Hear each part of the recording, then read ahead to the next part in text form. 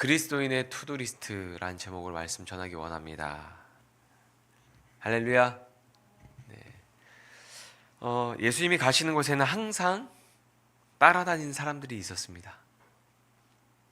예수님을 따르는 그룹을 크게 나누면 무리, 제자들 그리고 종교 지도자들이 있었습니다. 예수님을 따라 다니는 사람들의 목적은 저마다 달랐죠. 무리들의 목적, 제자들의 목적, 또 종교 지도자들의 목적이 달랐습니다. 무리는 예수님이 행하시는 이적을 보면서 재미난 구경거리를 보기 위해서 따라다녔습니다. 그리고 오병이의 기적처럼 적은 떡과 물고기로 많은 사람을 먹였던 그 사건을 기대하며 배고파서 뭐라도 얻으려고 따라다닌 사람도 있었을 겁니다.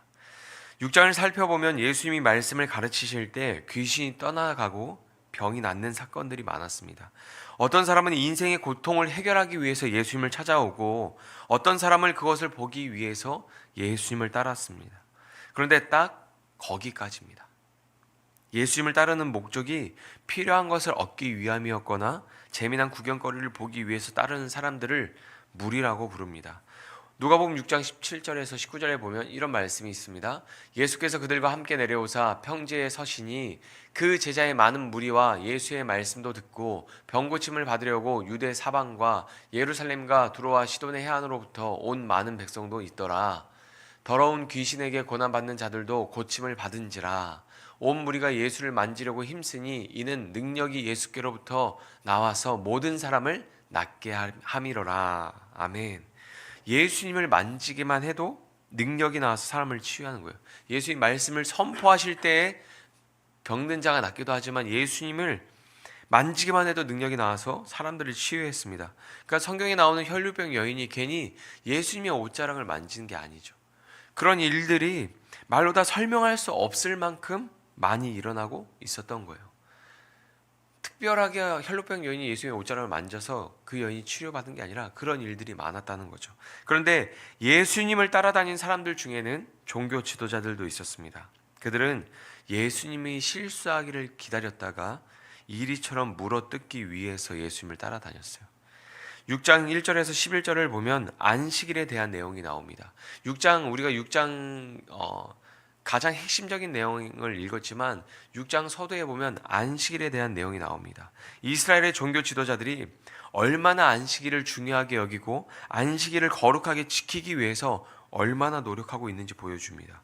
1절에서 2절 말씀 볼까요? 안식일에 예수께서 밀밭 사이로 지나가실새 제자들이 이삭을 잘라 손으로 비비어 먹으니 어떤 바리새인들이 말하되 어찌하여 안식일에 하지 못할 일을 하느냐. 7절에 보면 이렇게 말합니다.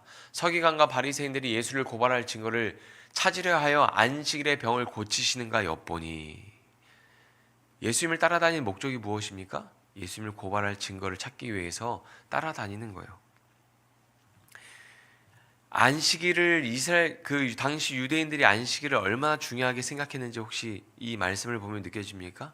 안식일을 굉장히 중요하게 생각했고 그것을 거룩하게 지키기 위해서 엄청난 노력을 하고 있었죠. 종교 지도자들이 어떤 태도로 예수님을 따르고 있습니까? 예수님이 실수하기를 기다리고 그것을 증거를 찾아서 고발하고 괴롭히려고 예수님을 따라다닙니다. 그런데 예수님이 보시기에는 종교 지도자들은 큰 것을 놓치고 있었습니다. 안식일의 참된 의미를 모르고 있습니다. 예수님은 종교 지도자들 향해서 이렇게 질문합니다. 같이 한번 읽어볼까요? 9절에서 11절입니다. 예수께서 그들에게 이르시되 내가 너희에게 묻노니 안식일에 선을 행하는 것과 악을 행하는 것, 생명을 구하는 것과 죽이는 것 어느 것이 옳으냐 하시며 무리를 둘러보시고 그 사람에게 이르시되 내 손을 내밀라 하시니 그가 그리하매 그 손이 회복된지라. 그들은 노기가 가득하여 예수를 어떻게 할까 하고 서로 의논하느니라. 예수님을 어떻게 하면 해코지할까? 안식일에 손 마른 자를 고쳐준 일로 종교 지도자들은 분노하고 예수님을 어떻게 하면 해코지할까? 그것을 논의하기 시작하는 거죠. 율법을 두 가지로 요약하면 무엇입니까? 첫 번째는 하나님 사랑, 두 번째는 이웃 사랑이죠.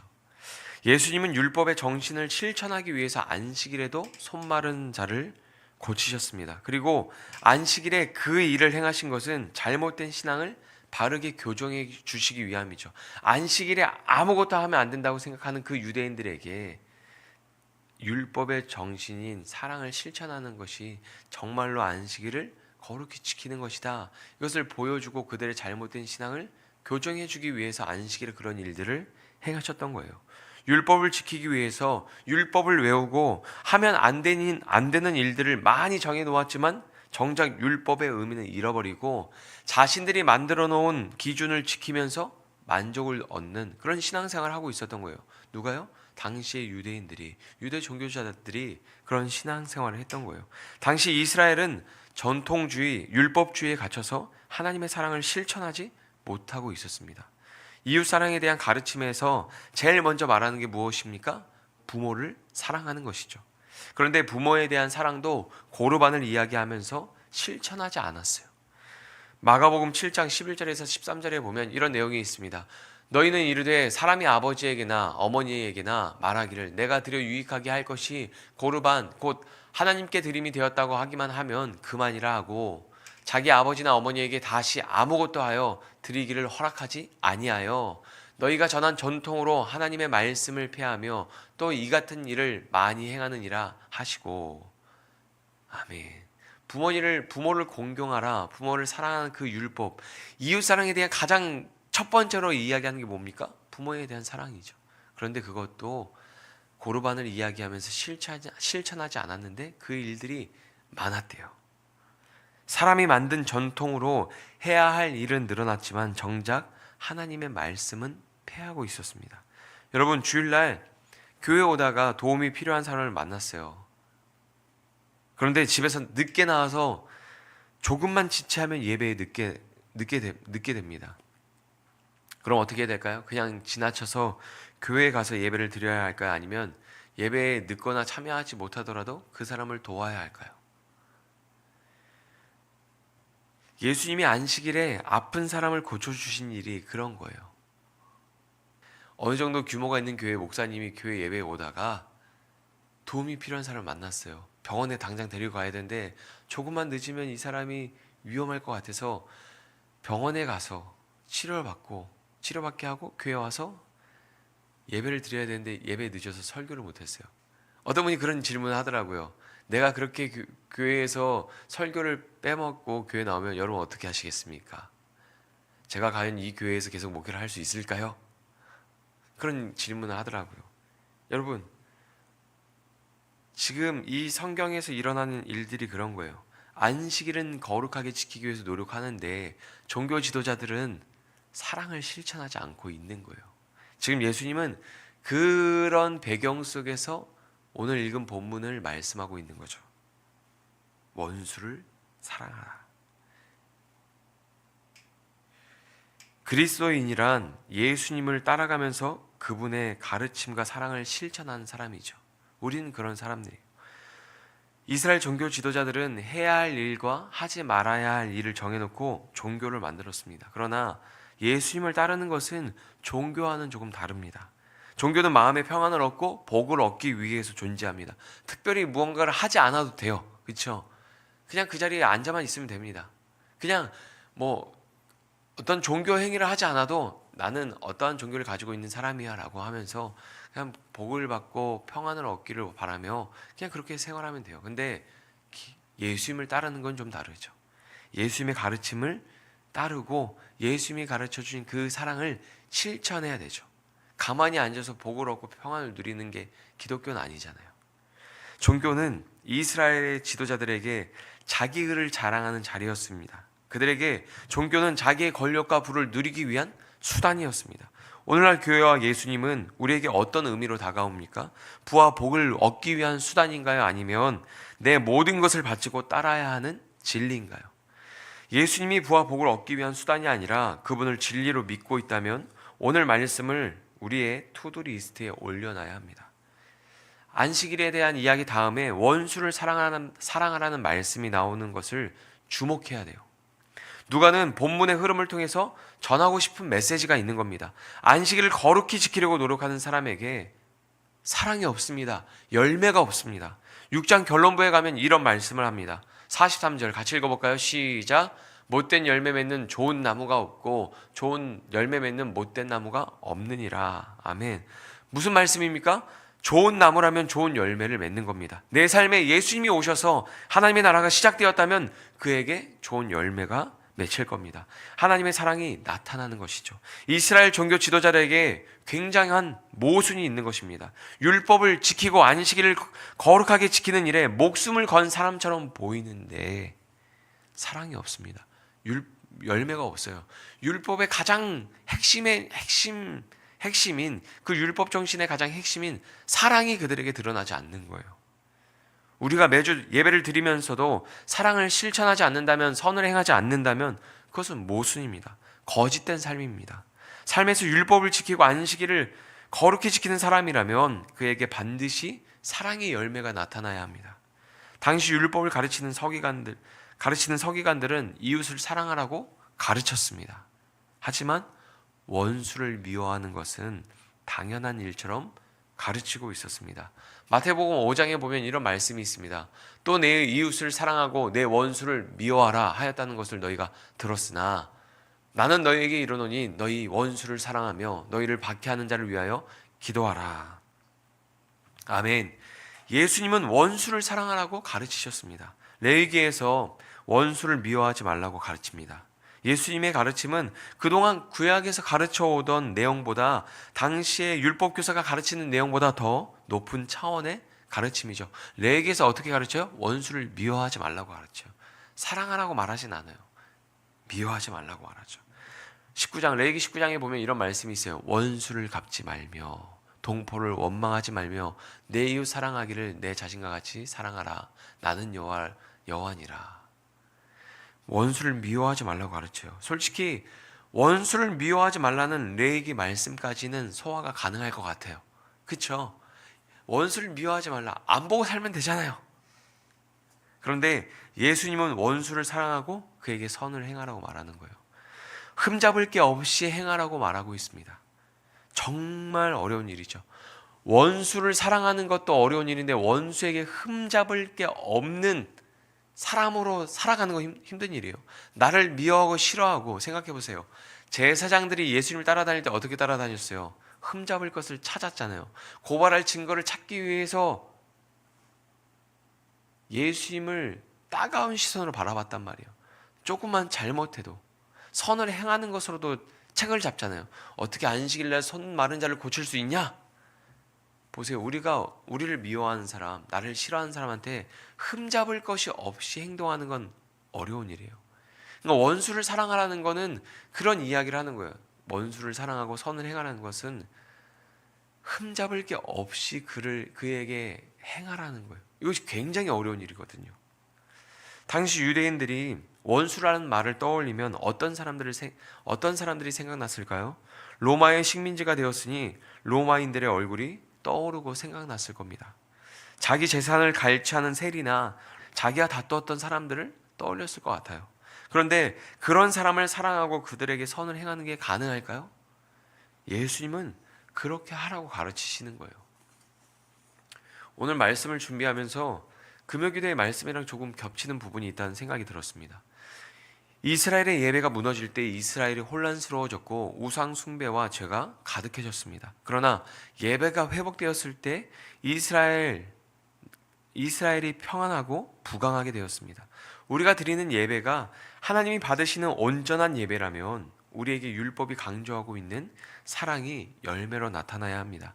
안식일의 의미를 잃어버리고 전통을 따라서 안식일을 지키려고 하던 사람들에게 하나님을 향한 사랑과 이웃을 향한 사랑이 드러나지 않습니다.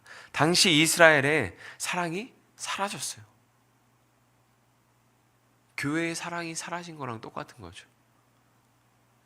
그런 배경 속에서 지금 예수님이 사랑에 대해서 말씀하시는 거예요. 사랑이 사라져버린 교회 안에, 이스라엘 공동체 안에 원수를 사랑해라. 사랑은 이런 것이다. 사랑해라. 그 사랑에 대해서 말씀하시는 겁니다. 중년이 된 부부들을 보면 가끔 남편이라고 쓰고 원수라고 읽더라고요. 아직 결혼 안 해서 이해를 못 하시죠? 사춘기 자녀가 있는 분들은 자녀의 이름을 쓰고 왼수라고 읽더라고요. 근데 여기에 중요한 차이를 남편들이 느껴야 돼요. 원수와 왼수는 하늘과 땅 차입니다. 하늘과 땅 차이예요. 여러분, 원수를 생각하면 어떤 사람이 떠오릅니까? 직장 동료, 과거에 상처 준 사람, 그들을 사랑하는 게 예수님이 부르신 길을 따라가는 삶입니다. 예수님이 오시면 내 삶에 하나님의 나라가 시작됩니다. 하나님의 나라가 내 삶에서 시작되면 하나님이 주시는 부요함을 누리게 됩니다. 그리고 그 부요함은 물질적, 정서적인 부요함만을 말하는 게 아니죠. 그리스도의 사랑이 내 안에서 흘러 넘쳐서 원수까지도 사랑하게 되는 겁니다. 하나님의 부르심을 받고 예수님을 따르는 그리스도인의 투두리스트에 오늘 말씀에 기록된 내용을 올려놓고 매일 실천하기를 힘써야 합니다. 투두리스트 첫 번째가 사랑에 대한 내용입니다. 그런데 이웃 사랑도 아닌 원수를 사랑하라는 말씀이죠. 너의 왼수를 사랑해라. 우리는 이 말씀을 마음에 새기고 원수를 사랑하고 선을 행해야 합니다. 원수를 사랑하려고 마음을 먹는다면 우리가 못할 사랑이 별로 없어요. 그렇죠? 내가 원수도 사랑하는 사람인데 저 정도야. 이렇게 되는 거죠. 옆에 있는 가족들, 매일 보는 이웃을 사랑할 수 있게 되는 거죠. 그 사랑이 우리 삶에 나타나지 않는다면 우리의 예배는 거짓입니다. 우리의 신앙은 거짓입니다. 두 번째 투두리스트가 무엇입니까? 미워하는 자에게 선대하라는 거죠. 27절 말씀 같이 읽어보겠습니다. 그러나 너희 듣는 자에게 내가 이르노니 너희 원수를 사랑하며 너희를 미워하는 자를 선대하며. 아멘. 나를 미워하는 사람에게도 잘해줘야 돼요. 여러분, 사실은 나를 미워하는 사람, 세상을 좀 지혜롭게 사는 방법 중에 나를 미워하는 사람을 만나면 어떻게 하는 겁니까? 그에게 잘해줘서 내 편을 만드는 것도 지혜이지만 그를 안 보고 사는 것이 지혜이기도 하죠. 그런데 여기에서 선대함에 사용된 단어를 살펴보면 아름답게라는 의미가 있습니다. 우리를 미워하는 사람의 말이나 행동에서 아름다움을 기대하기는 어렵죠. 그러나 예수님을 따르는 우리의 말과 행동은 언제나 아름다워야 합니다. 우리를 미워하는 사람, 우리에게 원수가 되고 우리를 미워하는 사람에게 우리의 말과 행동은 언제나 아름다워야 된다는 거예요. 선대하라는 거예요. 너를 미워하는 사람에게 선대해라. 근데 이 선대하다라는 단어가 아름답게라는 의미가 있어요. 우리는 그에게 아름답게 말하고 아름답게 행동해야 됩니다. 우아한 사람이 되어야 하는 거죠. 근데 이게 굉장히 어렵죠. 근데 예수님은 우리에게 그것을 가르치고 있습니다. 세 번째 투두리스트가 무엇입니까? 나를 모욕하는 자를 축복하고 기도하라는 거예요. 오늘 본문 28절에 보면 이런 내용이 있습니다. 너희를 저주하는 자를 위하여 축복하며 너희를 모욕하는 자를 위하여 기도하라. 아멘. 우리를 괴롭히고 천대하며 욕하는 사람을 축복하며 기도해야 합니다.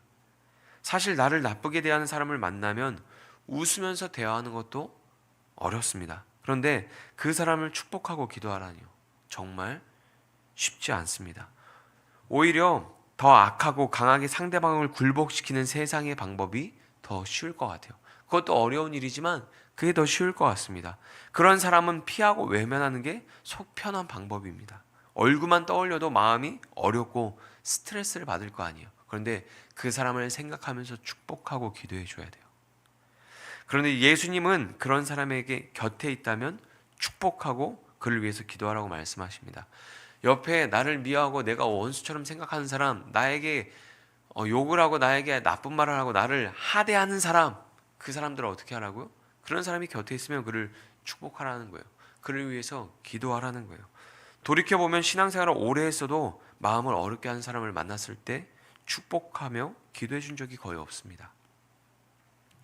예수님을 따르는 길에서 벗어나서 다른 길을 걸었던 것 같아요. 여러분 어떠세요? 나에게 고통 주는 사람을 축복할 수 있나요? 고개를 이렇게 흔들면 안 되죠. 말씀은 축복하라고 말하고 있으니까 일단 아멘하고 실천하기 위해서 노력해야죠. 아멘이라도 해야죠. 축복할 수 있나요? 하나님께서 그 축복하고 기도할 수 있는 은혜를 주시길 축복합니다. 네 번째 투두리스트가 무엇입니까? 거절하지 말고 구하는 것을 다 내어주라는 거예요. 29절에서 30절 말씀에 보면 이런 말씀이 있습니다. 너의 이 뺨을 치는 자에게 저 뺨도 돌려대며 내 겉옷을 빼앗는 자에게 속옷도 거절하지 말라. 내게 구하는 자에게 주며 내 것을 가져가는 자에게 다시 달라 하지 말며. 아멘. 한쪽 뺨을 치면 다른 쪽 뺨도 돌려대고 겉옷을 빼앗는 자가 있으면 속옷도 필요하시면 줄게요. 이렇게 말하라는 거예요. 그런 요구를 우리에게 하면 들어줄 수 있나요? 어떻게 그런 요구를 들어줍니까? 그런데 주님은 거절하지 말라고 말씀하시는 거예요. 우리가 사회에서, 가정에서 가르치고 배우는 게 무엇입니까? 나를 존중하고 보호하는 것이죠. 그런데 예수님은 나에게 부당하게 대하는 자들을 거절하지 말라고 말씀하십니다. 구하는 것이 있으면 주고, 주었다면 그것을 다시 돌려달라고 하지 말라고 말씀하세요. 세상은 이렇게 살면 호구가 된다고 말합니다. 그런데 예수님의 말씀을 읽다 보면 나를 따라오려거든 세상에서 호구가 되어야 된다, 이렇게 말씀하시는 것처럼 느껴집니다. 왜 이렇게 말씀하셨는지는 뒤에서 설명하겠습니다. 이렇게 사는 것이 이 땅에서 그리스도인이 살아내야 하는 삶이에요. 원수를 사랑하고 미워하는 자, 나를 욕하고 나를 괴롭히는 자에게 축복하고 기도하고, 나를 부당하게 대하는 사람이 있으면 그를 거절하지 말고 그것을 다 내어주는 것. 이게 예수님을 따르는 사람의 삶이에요. 다섯 번째 투두리스트가 무엇입니까? 남을 대접하라. 같이 읽어볼까요? 시작. 남에게 대접을 받고자 하는 대로 너희도 남을 대접하라. 아멘. 예수님을 따르는 사람은 스치는 이웃도 잘 대접하고 섬겨야 합니다. 타인이 나에게 대접하지 않아도 대접해야 합니다. 타인이 나에게 기쁨을 주지 않아도 기쁨을 주어야 합니다. 내가 대접받고 싶은 대로 남을 대접하라고 말씀합니다. 이런 말씀을 나누면 가끔씩 이렇게 말하는 분이 있어요. 나는 대접도 안 받고 대접도 하기 싫습니다. 그런 분들이 종종 있어요. 그리스도인의 투두리스트에서 제일 먼저 다루고 있는 게 무엇입니까? 사랑이죠. 사랑은 타인을 대접하는 거예요. 섬기는 겁니다. 그런데 먼저 하라고 말하고 있어요. 대접을 받는 것을 먼저 하라고 말하고 있습니다. 왜 예수님을 따르는 삶은 손해보는 삶처럼 비춰질까요? 그렇죠? 이렇게 예수님이 이렇게 살아라라고 말하는 내용을 보면 어때요? 손해보는 삶 같아요? 아니면 부유해지고 어떠한 풍족해지는 삶처럼 느껴집니까? 빼앗기고 가난해지고 울 일이 많아지고 굶주릴 것 같은 그런 삶이잖아요. 겉옷을 빼앗는 자에게 속옷도 내어주고 구하는 자에게 다 내어주고 다시 달라고 해도 안 되고 어떤 유익이 있는지도 모르는데 먼저 대접하라고 말합니다. 이것은 우리가 꾸어준 대상에게 어떠한 보상도 기대하지 말라는 말씀이에요. 인간적으로 우리가 어떠한 것을 하잖아요. 그렇죠? 사랑을 하고 대접하고 섬기면 어떤 기대를 합니까? 최소한 절반이라도 돌아오기를, 최소한의 어떠한 반응이라도 있기를 기대하죠. 그러나 예수님은 어떠한 보상도 기대하지 말라고 하는 거예요. 우리가 그것을 기대하면 돌아오는 것은 무엇입니까? 상처입니다. 사랑을 하면서 낙심하고 상처받는 이유는 우리가 기대하기 때문이죠. 무엇을 주었을 때 동일하거나 더 큰 사랑과 관심으로 돌아오기를 바라기 때문에 상처를 받고 낙심하게 되는 거예요. 그런데 예수님은 그런 기대를 하지 말고 오직 사랑하라고 말씀하고 계신 거예요. 오늘 본문 32절에서 35절입니다. 같이 읽어보겠습니다. 시작. 너희가 만일 너희를 사랑하는 자만을 사랑하면 너희가 만일 선대하는 자만 선대하면 칭찬받을 것이 무엇이냐? 죄인들도 이렇게 하느니라. 너희가 받기를 바라고 너희에게 꾸어주면 칭찬받는 것이 무엇이냐? 죄인들도 그만큼 받고자 하여 죄인에게 꾸어주느니라. 오직 너희는 원수를 사랑하고 선대하며 아무것도 바라지 말고 꾸어주라. 그리하면 너희 상이 클 것이요 또 지극히 높으신 이의 아들이 되리니 그는 은혜를 모르는 자와 악한 자에게도 인자하시느니라. 아멘. 예수님 뭐라고 말씀하십니까? 이 지금까지 읽은 모든 내용이 사랑에 대한 내용이거든요. 근데 이 사랑을 할 때 아무것도 바라지 말고 꾸어주라고 말씀하시는 거예요. 아무것도 바라지 말고 사랑을 주라는 거예요. 예수님은 아무에게도 실망하지 말고 꾸어주라고 말씀합니다. 이것은 사람들에게 아무것도 바라지 말고 실망하지도 말고 사랑하라는 말씀입니다. 그동안 왜 우리가 사랑하기를 머뭇거리고 왜 우리가 사랑하는 그 일들에서 돌이킵니까? 우리가 실망하기 싫어서, 우리가 상처받기 싫어서 그 자리에서 돌아서죠. 예수님 뭐라고 말씀하시냐면 아무에게도 실망하지 말고 아무것도 기대하고 바라지 말고 사랑을 해라, 그렇게 말씀하시는 거예요. 우리가 사랑으로 축복하고 꾸어주면 그것을 갚아주시는 분은 하나님입니다. 받은 사람이 아니라 그것을 하나님이 우리에게 갚아주시는 거예요. 우리의 사랑을 받은 사람이 우리에게 갚아주는 것이 아니라 그것을 하면, 그 사랑을 실천하면 하나님이 그것을 갚아주시겠다는 거예요. 그리고 더 중요한 것이 있습니다. 예수님을 따르는 사람에게 주어지는 것은 우리가 사람들에게 구워준 것과는 비교할 수 없는 큰 것을 얻게 되는 거죠. 예수님을 따라다니면서, 예수님을 따르는 그 삶을 살면서 우리가 다른 사람들에게 아무것도 바라지 않고 구워주는 그 삶을 살아갈 때 우리가 구워준 것보다 더 큰 것을 하나님이 우리에게 주시는 거예요. 비교할 수 없을 만큼 큰 것을 주십니다. 바로 하나님이 주시는 상급이죠. 하나님의 나라죠. 하나님의 자녀가 되는 은혜입니다. 35절에서 36절 같이 다시 한번 읽어보겠습니다. 시작. 오직 너희는 원수를 사랑하고 선대하며 아무것도 바라지 말고 구워주라. 그리하면 너희 상이 클 것이요 또 지극히 높으신 이의 아들이 되리니 그는 은혜를 모르는 자와 악한 자에게도 인자하시니라. 너희 아버지의 자비로우심 같이 너희도 자비로운 자가 되라. 하나님을 뭐라고 말해요? 너희의 아버지. 하나님이 우리의 아버지가 되는 거예요. 예수님을 따르는 사람은 하나님 나라를 누리며 하나님의 자녀로 세상을 살아가게 됩니다. 세상의 방식이 아니라 하나님 나라의 방식으로 살게 됩니다. 이 땅에서 위로와 보상을 얻는 게 아니라 하나님과 하나님 나라에서 상급과 위로를 얻는 것입니다. 그래서 이 땅에서 아무것도 바라지 않고 구워주는 삶이 가능하게 되는 것입니다. 예수님이 내 삶에 오시면 하나님의 나라가 시작됩니다.